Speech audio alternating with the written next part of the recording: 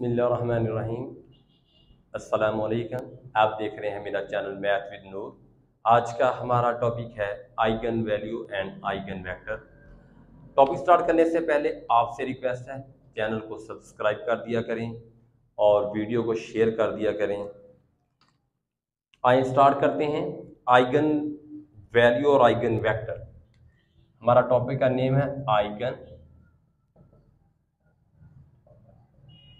Value and eigen vector. Eigen असल में German language का वर्ड है। इसके मीनिंग है प्रॉपर, कैरेक्टरिस्टिक्स। इसलिए हम इसे कहते हैं, इसके अंदर जो टर्म यूज की जाती है, हम इसके जो रूट्स को बोलते हैं, हम कहते हैं कैरेक्टरिस्टिक्स रूट्स, कैरेक्टरिस्टिक्स इक्वेशन। और जो प्रॉपर रूट्स जो हम वर्ड यूज करते हैं, इसलिए आइगन के वर्ड से यूज करते हैं। आइगन जर्मन लैंग्वेज का एक वर्ड, उससे इसको लिया गया है। जर्मन वर्ड जो हमारे पास है, लैंग्वेज है, उससे उसको अखज़ किया गया है, जिसके मीनिंग है कैरेक्टरिस्टिक्स, जिसके मीनिंग है प्रॉपर। और इसको हम यहाँ वर्ड यूज करते हैं आइगन वैल्यू। असल में आइगन वैल्यू एक स्केलर क्वांटिटी है और आइगन वैल्यू को यूज करके हम क्या करते हैं, ट्रांसफॉर्मेशन का अमल करते हैं। हम क्या करते हैं, इस स्केलर वैल्यू से ट्रांसफॉर्म करते हैं आइगन वेक्टर के अंदर। इसकी जो बेसिक इक्वेशन है वो है A V is equal to lambda V. अब हम यही चीजें एक्सप्लेन करते हैं। मैं दोबारा आपको बता देता हूँ हल्का सा। आइगन जो है ये जर्मन लैंग्वेज है, जर्मन लैंग्वेज की एक वर्ड्स जिसका मीनिंग है कैरेक्टरिस्टिक्स आर प्रॉपर। तो देखते हैं डेफिनेशन देखते हैं हम आइगन वैल्यू की और आइगन वेक्टर की।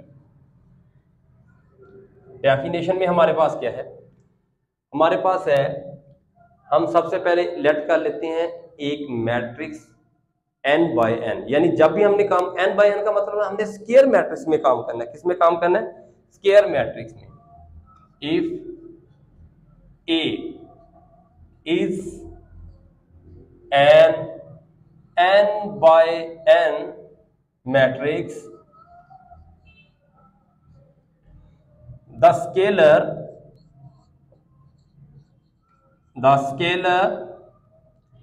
lambda belong to real numbers, the scalar belong to real number is called an eigen value of A if there exists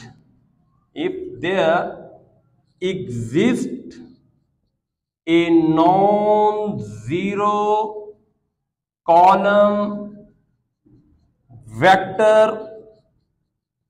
V belong to Rn। Rn से मुराद है, यहां हमारे पास जो कोऑर्डिनेट हैं वो 2 भी हो सकते हैं, 3 भी हो सकते हैं। तो यहां V हमारे पास वेक्टर होगा। सच दैट, इनकी बेसिक इक्वेशन क्या होगी? A V is equal to lambda V. In this case V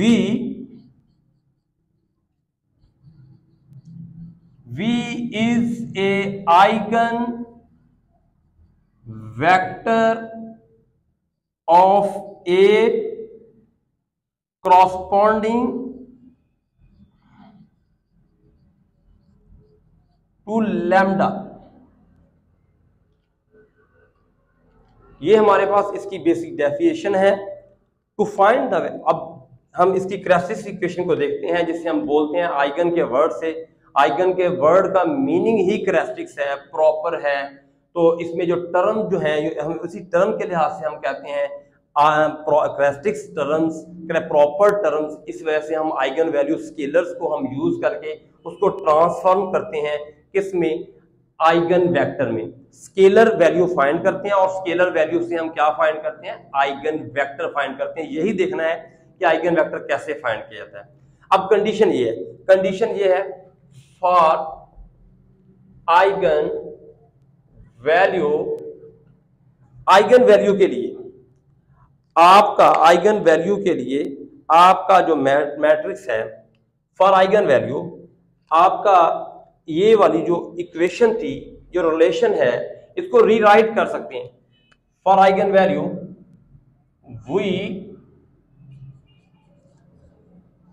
we rewrite, हम A B is equal to lambda I V लिख सकते हैं, इससे कोई फर्क नहीं पड़ता। आई आइडेंटिटी है, आई हमारे पास आइडेंटिटी है, इससे कोई फर्क नहीं पड़ता।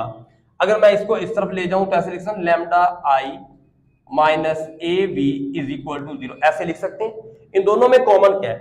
v अगर मैं यहां से कॉमन ले लूं, इसको हम ऐसे लिख सकते हैं।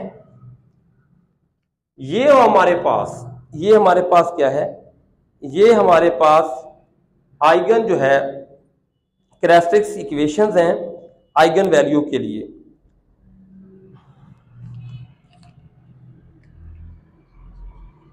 For characteristics equation